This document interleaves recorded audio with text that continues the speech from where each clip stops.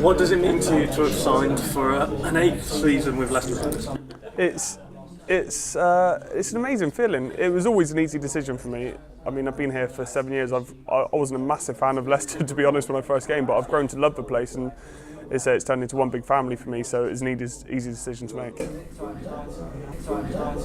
Are you working on anything towards the new season? How does the summer look for you? I mean, a lot of it's just trying to get in gym. I'm trying to get up to Anthony Rowe size, so I need to put on probably about another 2 stone at least. So a lot of it is in the gym, a lot of it just trying to stay in shape more than anything, because I'm not a big fan of getting out of shape and then getting into the pre-season and having to work really hard and killing yourself in that first week.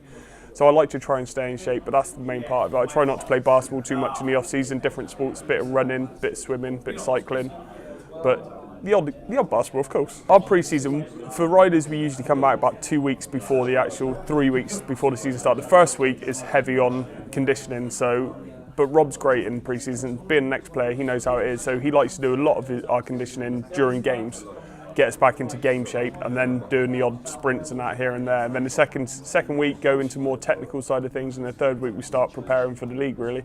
That's how it works out most seasons. Cool. And I guess away from training and away from the games,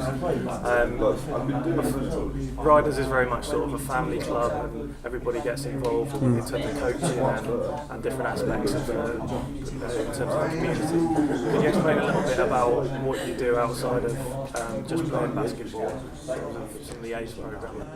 The ACE program I run up at Charnwood College. And it's a fantastic programme for players who want to get to that next level, who want to try and be professionals. And there's a lot of talented youngsters coming through the ranks there. I mean, I'm sure we saw a couple last season in Brandon. We saw Jamie, and we saw Josh McSwiggan, who's a massive hope, who's probably going to be GB within the next couple of years.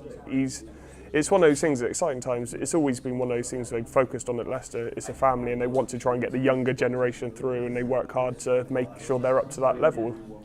And we're not quite sure on all of the signings for next year yet, but if there are any new signings to the Riders ranks, how do you normally, as captain, what's your role sort of in terms of embedding them into the club? I mean, Michael Jordan said he's going to come play for us next season, but